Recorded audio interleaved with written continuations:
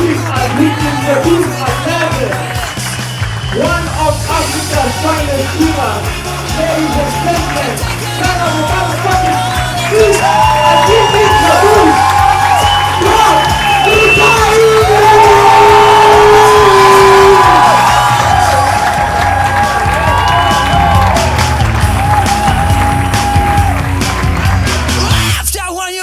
Pull down your pants. I know it hurts. Fuck yeah! All right! Woo! Thank you so much, guys. You didn't have to stand. That I've not even done anything. What if it's one of those nights? You know what I mean? I'm excited to be here, man. It's great. Yeah, it's been great. Yeah, I've had sleepless nights waiting for tonight. Yeah, I was like, huh, what is it going to amount to, you know? 15 years. Finally tonight, you know? I've had trouble sleeping, honestly. I've tried everything. Including even white noise. Which is what I call alchemist.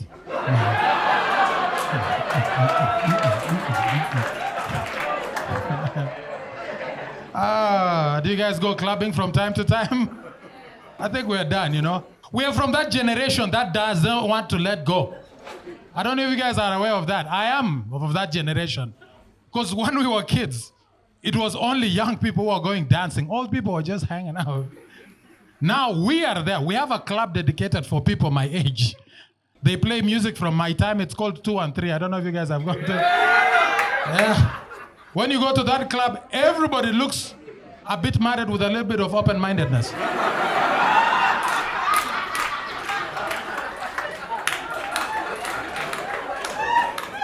There's something you'd like to say, they are willing to listen to it. Right? You see the lady who is yelling at the phone, you think she's yelling at the Uber, turns out she's actually talking to a babysitter.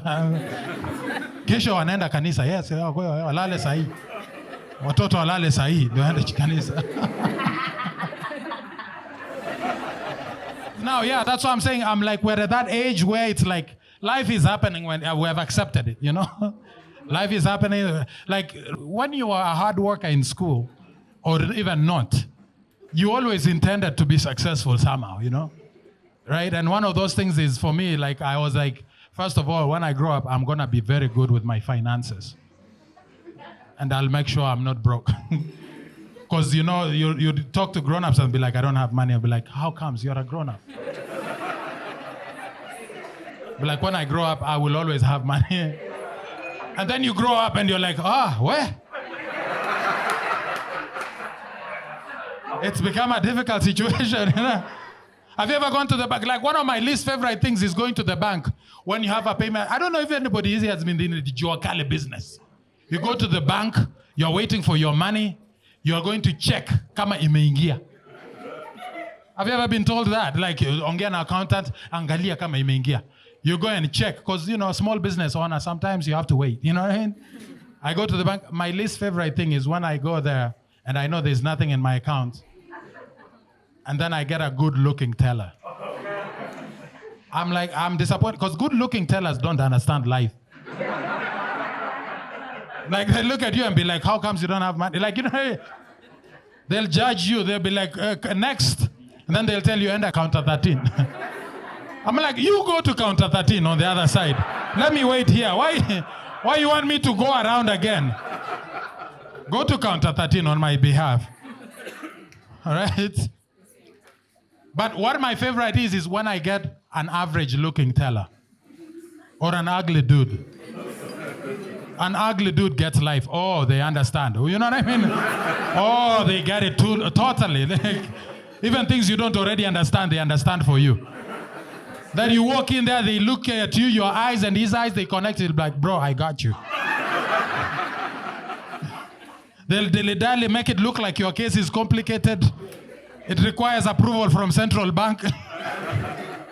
Right? They'll even give you financial advice. Be like, bro, next time ukilipwa, invest. Like, unafaa kuwa organized. You're supposed to be more organized than this. Ulikuwa na pesa mingi last year. Why now you don't? Get organized. Yeah. Yeah, they're the people who understand things, you know. They understand. Around you to medali, you know, medalis and sayings. Yeah. Which, by the way, I'm not a big fan of sayings. You know, when they say things like, oh, let's address the elephant in the room. When did that saying come about? Was it tons of centuries ago before the continental drift? When there was elephants in England and North America? And then how did you not see an elephant shimmy in through the tiny doorway that you're going on with your business? Then 30 minutes later, you're like, oh, by the way, let's address the elephant in the room. It's too late if you're addressing it now. The room is broken. Right? I would get on board with that saying if it was something like, let's address the pride of lions in the room. You know what I mean? Because lions have a bit of character and they have some finesse, you know? Like you see the first lion walk in and you're like, oh, maybe he works here. Maybe he got his shit together and got a job, you know? And then 15 minutes later, you're like, all right, it looks like we have so many lions. Let's address the pride of lions in the room. Which reminds me, a few years ago, I don't know if you guys remember this story. A few years ago in Kenya, a photographer took photos of lions in the Masai Mara. And they were gay lions, whatever that is. If you know what I mean, like it was lions getting it on, you know what I mean? And it went viral. And a government official, full government official who gets paid a salary, went in front of the national TV and said, those lions learned to be gay by watching the tourists.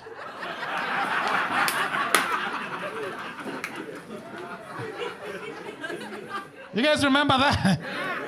Ezekiel Mutua. And I was just like, God damn, bro. Like, first of all, what a fetish. And second, how courageous are these tourists that they are willing to try it in Masai Mara in front of the lions? They did it long enough for the lions to learn how to do it themselves without any coaching.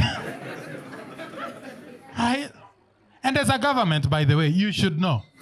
Lions are some of the gayest animals you can imagine. Because look at the flamboyant mane. Right? And the male lions have it just like always like this. And the like that is...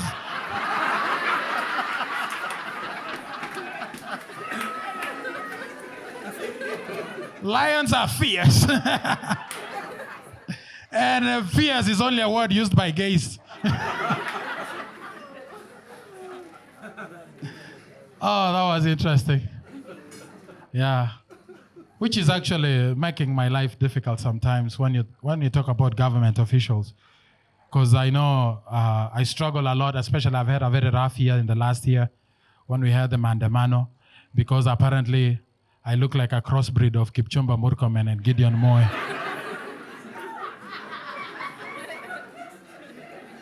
It's made my life difficult. You know how many times I've explained to border guys that, hey, by the way, Mutuli here, these things take time. Mamba Boga, don't be in a rush. And it's so weird. And I'm like, I'm doing this for free. You know what I mean? Oh, God damn it. They have so much money too, man. Think people like Gideon Moi. Gideon Moi has so much money. He's able to call his chopper Baskiliango. That's how much money he has. It's like Baskiliango Mekwama Vienna. Tafadali. But here's the thing. I grew up in the South Rift in the 90s. I don't know if anybody grew up in the 90s here, my age mates. But I was in the South Rift around those times. And I was a big fan of the old Moi. Right? Like, because all I knew about him as a kid was whenever he showed up, there was no school. It was vibes and music. And school free milk. We'd get high on free milk. Like, you know what I mean? And then whenever they showed up, it was just music. Tushangilia Kenya taifa letu tukufu, Kenya tunayoipenda. See? The nostalgia is real, you know? And then I grew up and I found out he's a dictator, and I was like, what? What was he dictating? Music notes? I don't know if you've ever had to go through that journey of justifying things. You know, just to have peace within yourself. You'll be like, oh, what old man was not a dictator in the 90s? Every old man would just yell and guruma everywhere. That was the 90s. Hey, bro, but like, let me tell you, and I guess that was the thing. You know, even old men were taught to be wakali. And right now for me, obviously, I have a very good relationship with my dad. It's a good African relationship, if that makes sense. You know what I mean? Like, I don't even call him dad. I just talk next to him.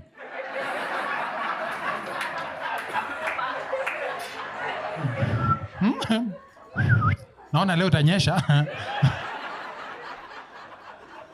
That's enough to tell him I'm doing okay. Things are okay. When I'm all worried about the rain, that's it. But as I grow older, obviously I'm becoming like my dad.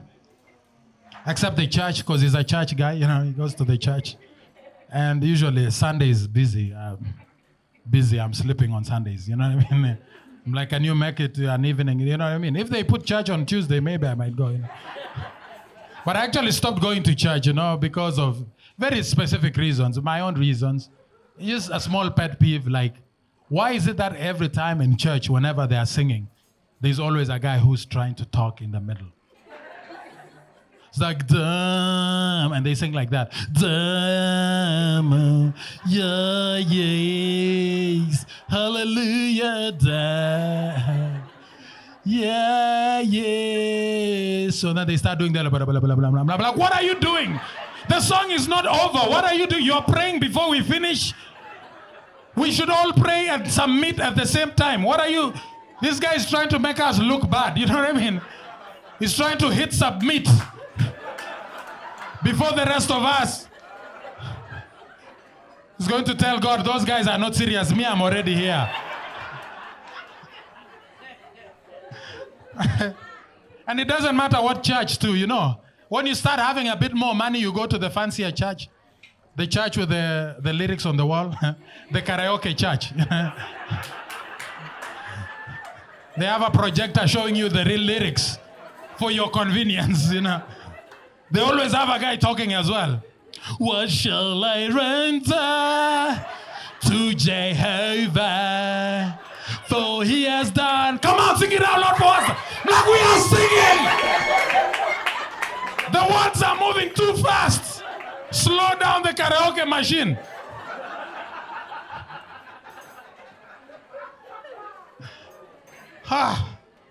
It's crazy. But yeah, I'm becoming that guy. I'm becoming that old man. It's okay, I've accepted it, you know. Like now, I've embraced rumba music, 100%. Right?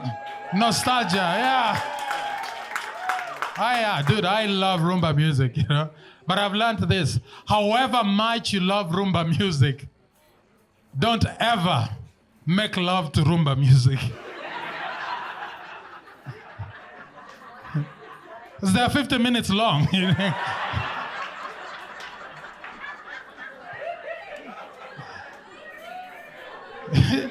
You'll be done in 3 minutes, and now you have to make conversation for the rest of the minutes. There's not a lot of news, you know what I mean? They're not gonna be CNN. And even if you try your best, you know, and get creative and incorporate foreplay and delay tactics,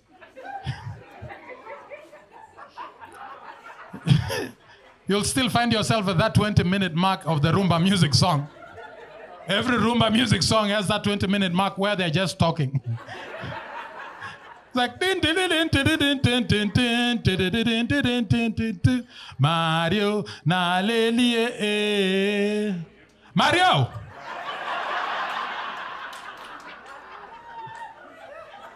Bakolakata mobobo tomote ya mama.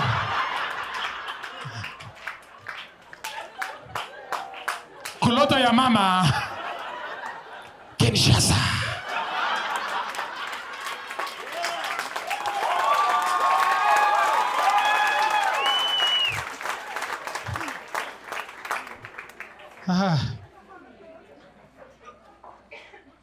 Did you come?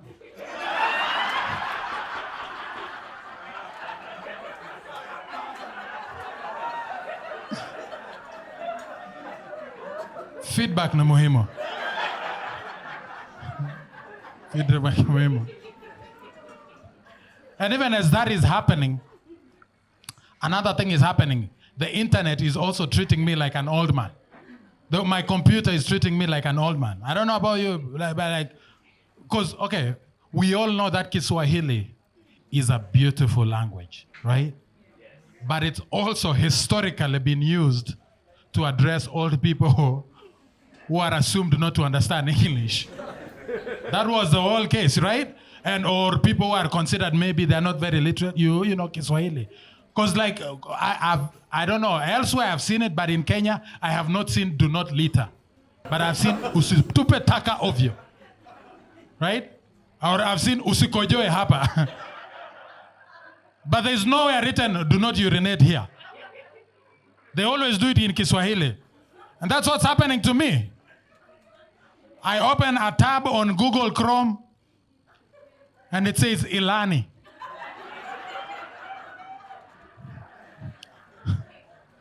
Baadhi ya matokeo haya yanaweza kuwa na kurasa chafu. I'm like, that's what I was looking for. Why do you think I opened incognito? Because I'm here for kurasa chafu. I hope we understand each other. I'm here for kurasa chafu. Right? Not rasa chafu, that's a different fetish. Kurasa chafu.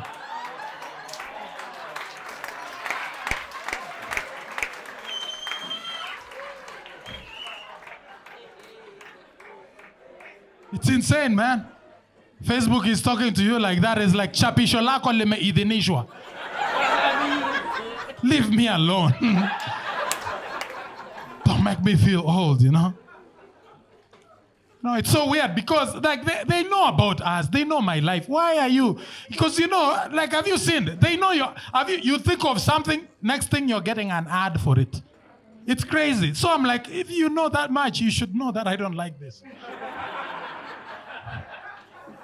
Right? Because you've been hanging out. Sometimes I'm just seated there. I'm just on browsing one of those, social media websites. And then an ad pops up. It says, click here to view pictures of sexy singles in your area. I'm like, I have a woman. Why are you showing me pictures of sexy singles in my area? You should be showing me pictures of sexy singles in other areas.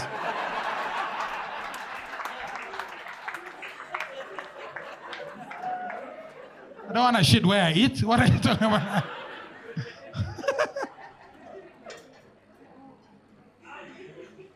Doesn't make sense,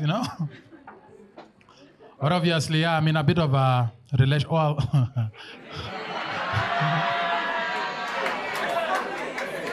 I'm in a marriage in Nairobi, I am in a small marriage. In a marriage.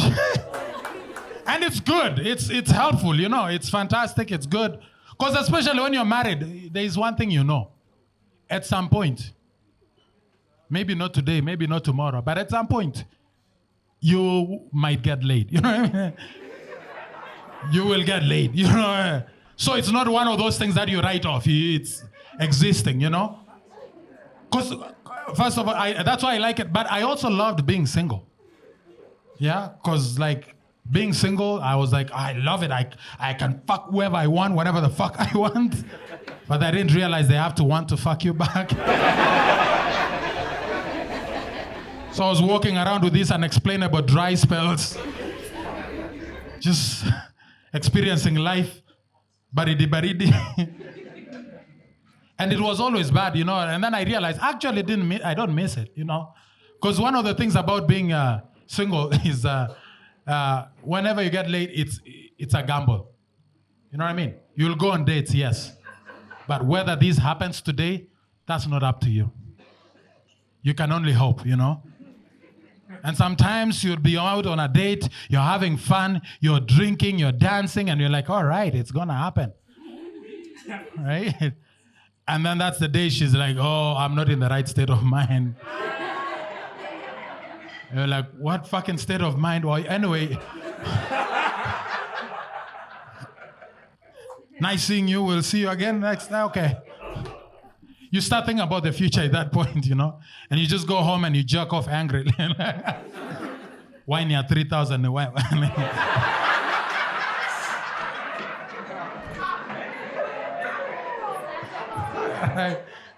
Right? But if you know how to learn, you know that the next time, what do? You lower your expectations, right? Yeah, you show up to the next date just ready to have fun. You'll be like, let's dance, we're gonna drink, we're gonna enjoy this night. Let's make an experience of it, right? You're doing shots, tequila, whatever. And then at the end of the night, she's like, let's do it. And you're like, what? Now? Because things happen. Like, I don't know about you guys, but men know what I'm talking about. When you drink too much hard liquor, there's a thing that tends to happen. Yeah, see what I mean? He knows what I'm talking about. You know what I mean? Like, you drink too much hard liquor, you get a thing where it's not flaccid, but it's not fully erect either.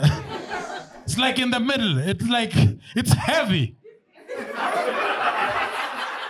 It's like a balloon half filled with water. You know what I mean? It's just like this. Like, you cannot get it anywhere reliably. You cannot send it anywhere reliably. You have to take it yourself. And when you're a single guy, you know this is the day. She said, yes, you cannot take a risk and wait till morning because she might have changed her mind, you know.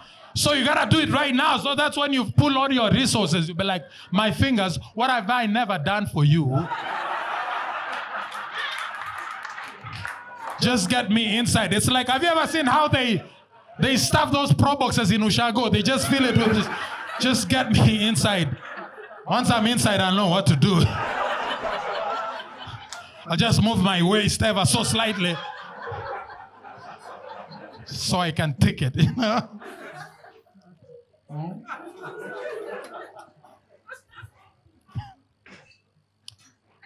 Yeah, but like I said, I like being married and all that stuff. It's fun. And of course, it's got its own challenges from time to time. And every married man knows here what I'm talking about when I say, I don't remember, I didn't know about this, but I don't remember the last time I had a decent BJ. A decent blowjob. Like, you know what I mean? Like, it's just, I'm not saying I don't get them. I have birthdays. Come on.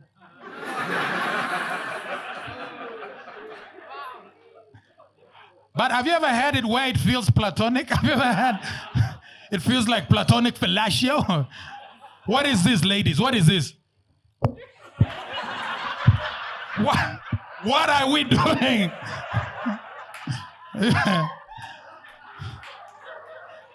They're doing that and they're doing small talk. Dusting your trousers like, hey, kwani ulikuwa Mombasa Road? Kwani?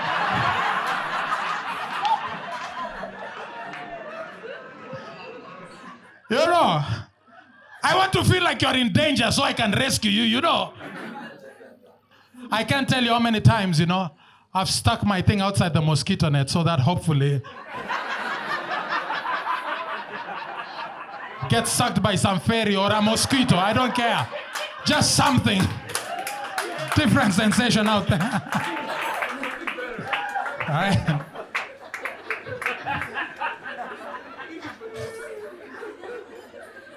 Don't judge me. I heard all mosquitoes are female.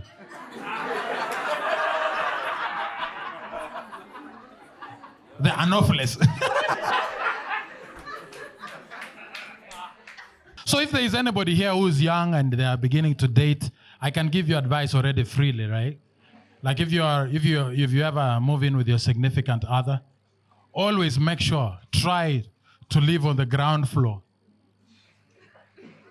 Yeah, so that if you ever get into an argument with your significant other, you can still access your Wi-Fi from the parking lot.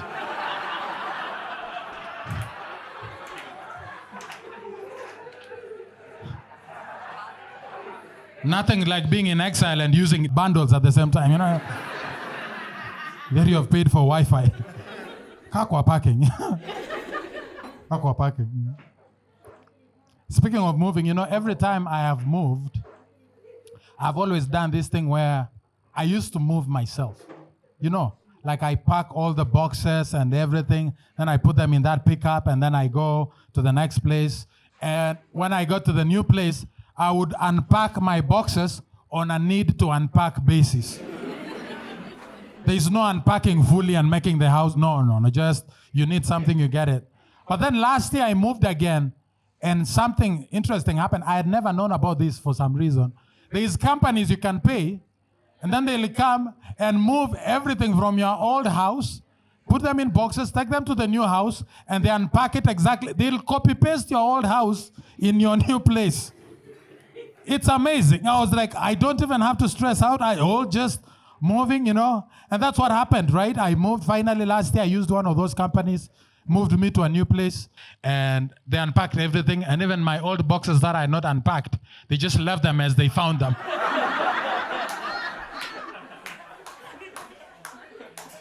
Right. So finally, a few weeks ago, I opened one of those boxes. I was looking for something, old documents. I opened it, and inside, I found a full box of condoms. Like a dozen. Like I used to buy a dozen. I don't know what I was trying to get laid in wholesale. I don't understand what was going on. It's so arrogant as a man to buy a dozen of condoms. You know what I mean? Women you can buy because you decide when you get laid, really, right? As long as there's someone there, you can make it happen. But as a guy, it's not up to you. So that's why for guys, it's always practical to just buy the 3 that you need. As soon as you make the sale, you're like, we are doing this? Okay, give me 5 minutes. Just go. And you go buy it, right? So now I found a full box of condoms from way, way back. Now I have to get rid of them. But you cannot just throw away a full box of condoms. That's psychotic. I'm going to have to throw away a condom every week just in case somebody's checking. They'll just be like, all right, they're using them at a nice, steady pace. Like, I don't know what to do with them, you know what I mean? And then another thought crossed my mind because I found them and they were from way, way back. So I'm like, all right, what if my wife has seen this? So I put them back where I found them. And then I was like, we will find them together. Like a family.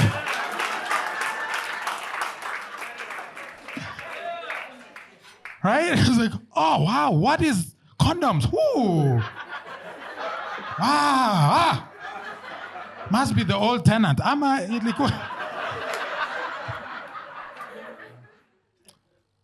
accepted my age a long time ago because when I turned 30, it was a bit of a crisis, right? But then by the time I turned 35, it was a bliss.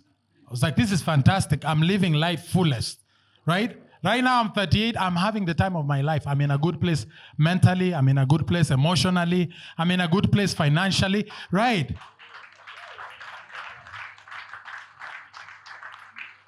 Which is not to say I have a shit ton of money. It's to say what I have is what I have. Okay? If I owe you money, well then, tough luck. We both will get paid at the same time, all right? We wait mpaka pesa ingie, and then we will do this thing. It's fantastic, But then I started thinking, okay, let me be proactive. Because some of the things like working out, like I've never been a gym guy, Like a few years ago, maybe I ran. I used to be a college athlete in Canada. And I had never run in my life ever. Like I got to Canada in school, and then they find out I was a Kenyan and be like, join the cross-country team.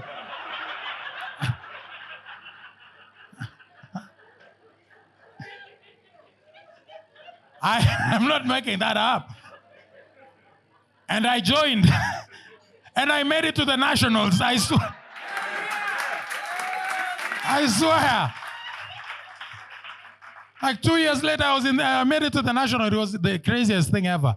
But I'd never been like a fitness guy. I don't know anything about gyms. I don't know how they function. So finally, recently, I was like, you know what? Let me start working out.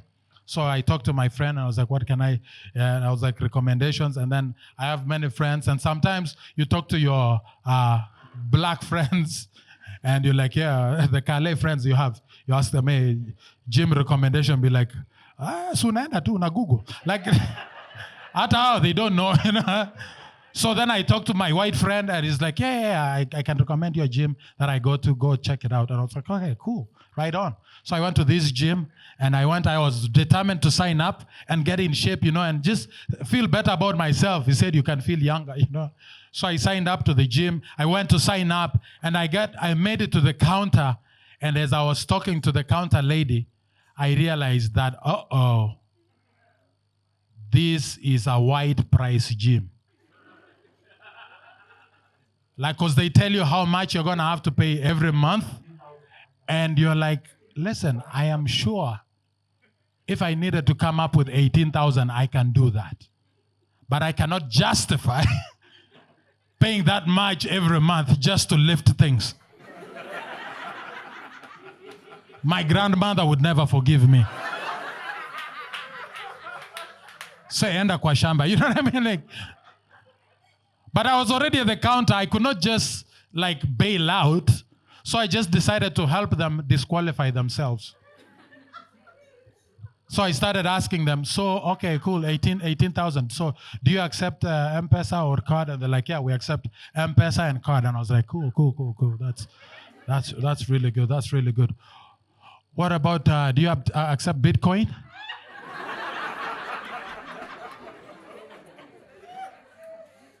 Oh, you don't accept Bitcoin?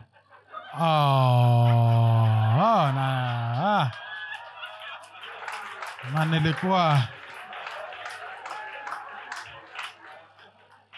I had carried some Bitcoins here. Huh? But you're here tomorrow. Wacha niende ni convert alafu nitakuja baadaye tutakuja tuongee. Yeah, so I was like, screw that, you know what I mean? I was like, take me slow, like I would need to grow into it, you know? So I went to another gym, and I think I overcorrected. Because the gym I went to was too affordable. The gym in Langata, and it was too affordable, you know what I mean? I made the journey, and then they tell me how much they're charging, and I was like, all right. Where is the equipment? You know?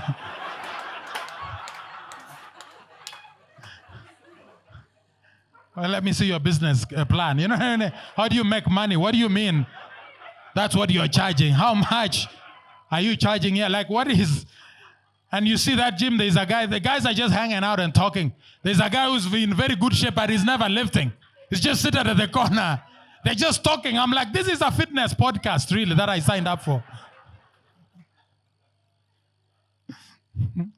But finally, I found one that was the right price, you know.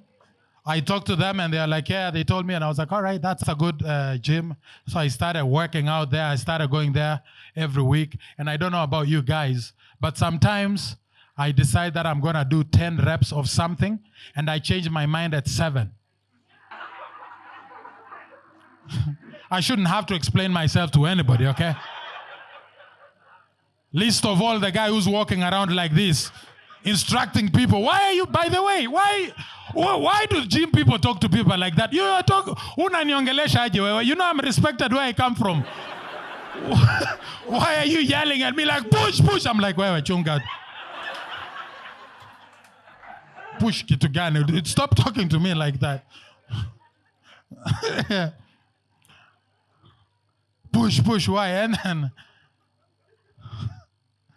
I knew I was not going to get along with him because of the things he started saying. Be like, push, no pain, no gain. I'm like, bro, I gained all these pounds without any pain.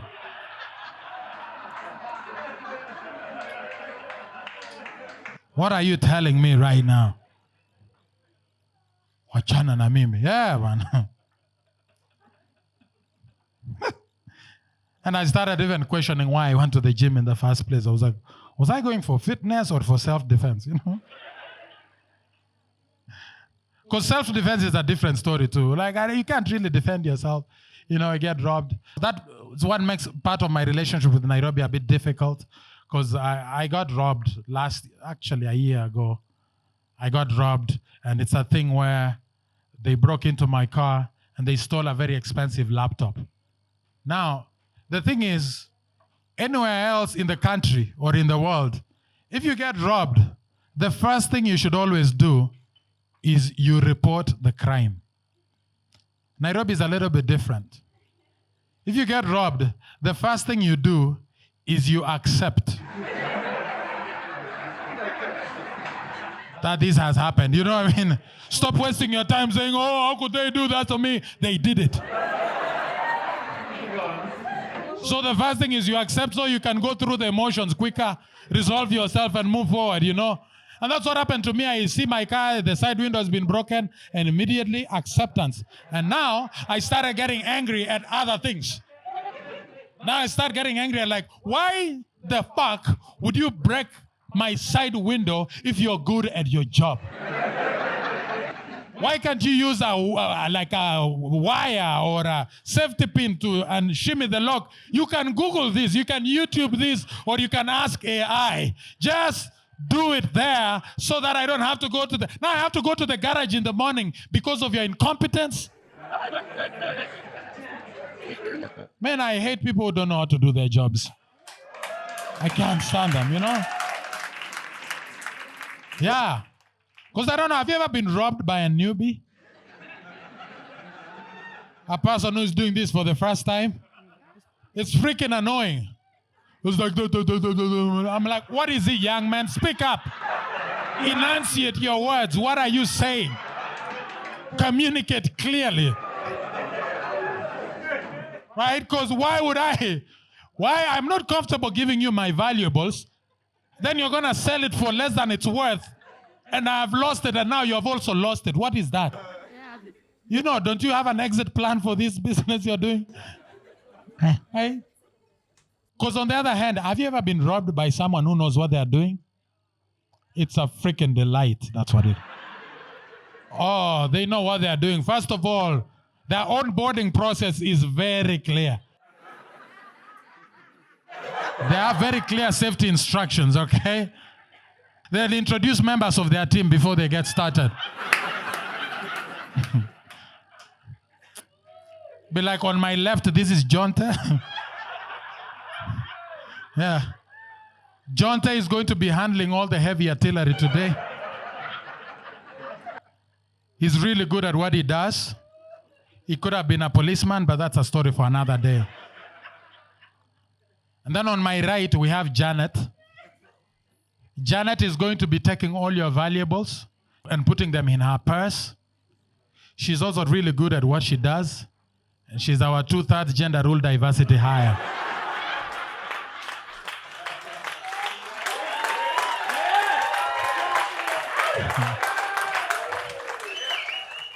Diversity is very important to us as an organization. That's why we're here. It's all about sustainability.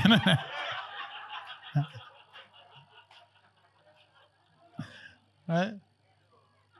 Even after they're done robbing you, they'll give you practical safety advice. They'll be like, bro, by the way, after 7 o'clock, usipitiange hapa. What are you doing?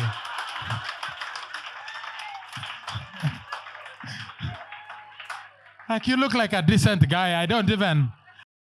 But you understand policy. I had to do my job. But I didn't enjoy it. So what ended up happening when they robbed me is I had to go and report it to the police station. Now, I don't know about you guys if you've gone to the police station lately, but it's a complete waste of time to report a crime. You go and report a crime.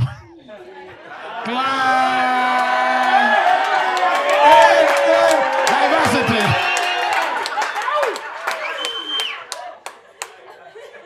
Chani kunywa maji. Yeah. You go and report a crime and it feels like gossip. Feels like moshene. You walk in there and be like, oh, they broke my side window. They stole my laptop. And be like, what? Walichukua laptop. Unajua hata juzi wamechukua 300,000 ya mwingine hapo. Alikuwa ameacha kwa gari. By the way, after 7 o'clock usipitiange hapo. That's not a very good. They even stole his girlfriend. Her name was Janet.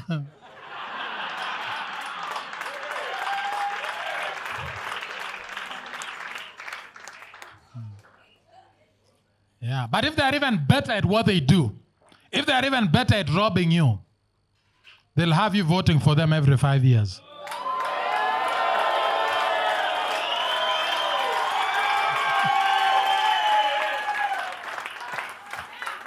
There's problems everywhere, all over the world. You know, somebody was telling me how, you know, you get the people you deserve, and unfortunately, it feels like this is how we found ourselves. The people we got are the people we deserve, and hopefully we can fix that next time. You know what I mean? Yeah, it's one of those things that we need to fix because it's a reflection on the people. Like I know it's not ideal to say that they are not good and they are not a reflection of all of us, but a lot of people subscribe to their thinking, you know, and which is a problem that we need to fix. But you know, but there's problems everywhere. I was in the UK last year,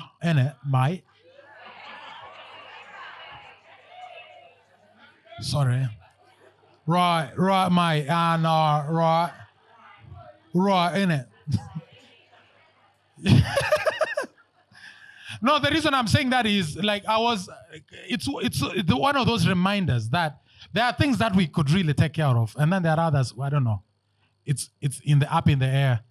And I was in the UK, I was doing comedy there, and wacha nimeacha kubrag. Wacha. Yeah, I still feel the jet lag from last year. Oh.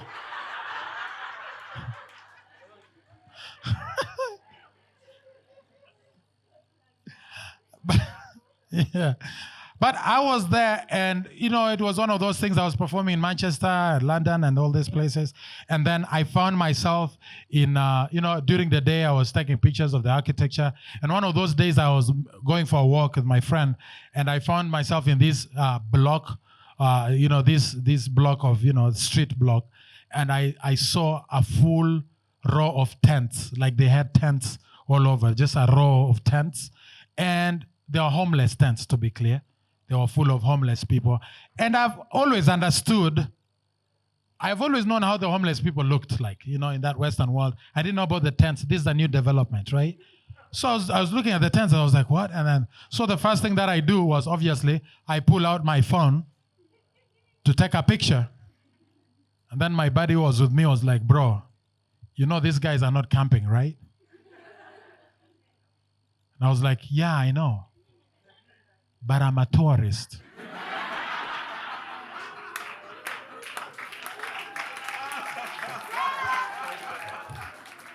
I should be able to document my travels in its full, you know what I mean? I should be able to get the full picture. And I understood, of course, it's a bit queasy to do that. But I was not taking pictures of the people. I was taking pictures of the tents because they were neatly arranged. And then I started looking at my buddy. I was like, wait a minute, first of all, you guy. How many pictures have I seen of white people with kids smiling in Kibera around deplorable conditions? And they always have a caption like, oh, they are so happy, yet they have so little. I was like, that was my version of that.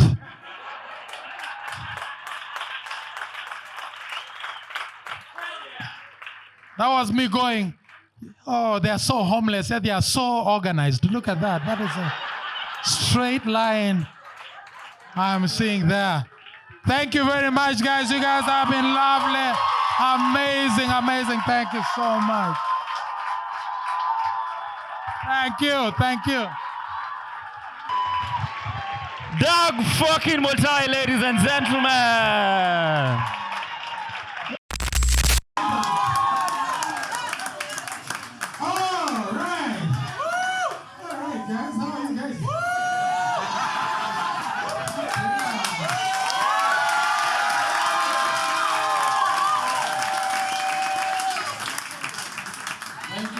Okay, so okay, maybe I'll do one. Should I do one more joke? Yeah? Two more, okay. Can I give you the story about the joke? A bit with background is. Maybe I should do a joke. I'm trying to remember a joke I should do. Okay, there's a joke I used to do many years ago. I stopped doing it. It made me a lot of money. But then I stopped doing it because it's just one of those things. I only do it like when I'm stuck. But okay, so this is a joke. All right, so here's the thing. I'll give you guys just this fine. One of the things is, obviously, we've always grown in Kenya. We speak English. We were trained in English. That's our language. That's the language. It's not our language, but we understand it. But every time I'm in a Western country, there's always this thing, especially when I was in Canada, there was a lot of that where people are like, hey, you speak really good English. I'm like, no shit. I've been speaking it my entire life. I've been speaking it wrong, with the wrong accent, maybe. That's what is working you. But I've been speaking it. But it's one of those things where I realize, okay, I understand the English language just like everybody else, but I have problems with the mechanics of the language just like everybody else, right? Like the verbs and the nouns and the adjectives, right? They say a noun is the name of a person or a place, but a verb is an action, right? But if you're going out with somebody, then you're no longer going out with them. They say she's the best thing that ever happened to you. And I'm like, no, she is not a verb.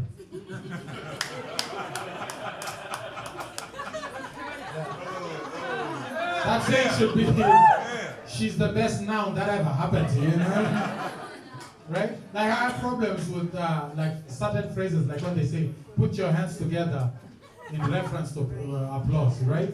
Because who was the first person to ever say, put your hands together for so and so? And why did that person not see the need to specify that you have to do it repeatedly for it to happen?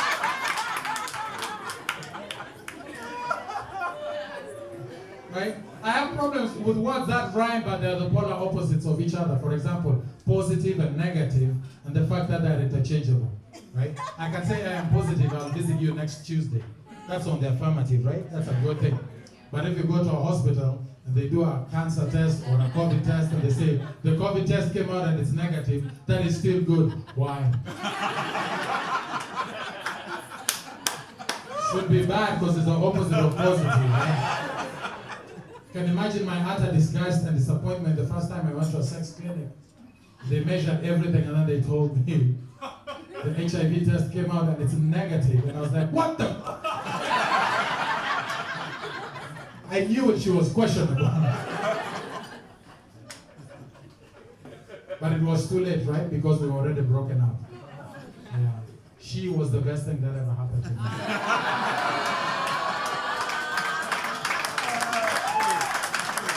Everything about her lips made me shiver.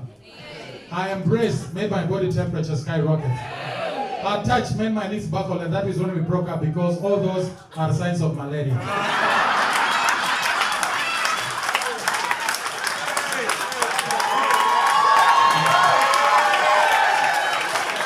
Right? There's a lot of double standards to the English language. Think about the alphabet. The letter G in the alphabet. The letter G in the alphabet is called G, right? But when you use it in a word, it's like G, G. It's like a voiced K. Like kids of today, when they want to be cool, they say I'm a gangster.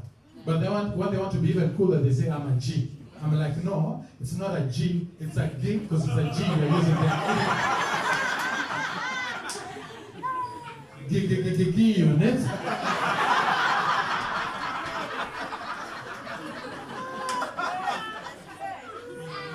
Think about the word garbage. The word garbage has two G's in it. Double standards right there. Because the first G, they use it as a G. The second G, they use it as a J. I say, what the hell, Oxford? Make up your mind. Call it Garbange or Chabet.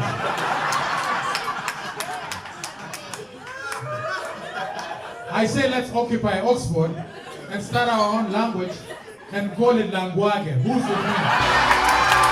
Thank you very much, man. Thank you so much.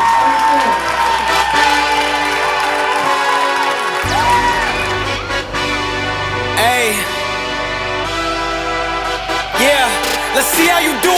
pressure. Oh, yeah. I've been wanting this shit forever. I've been in the field with whatever they throw at me. Brush it off, pick myself up, moving on to the better. Okay. Hey. Ain't no errors, baby, it's a new era. I wake up early, feeling rich like I'm Kesha. I get to the paper, boy. Extra, extra. Fuck with me, you know that I got it. Come with me, let's take a trip to the islands. We up on the jet, we'll do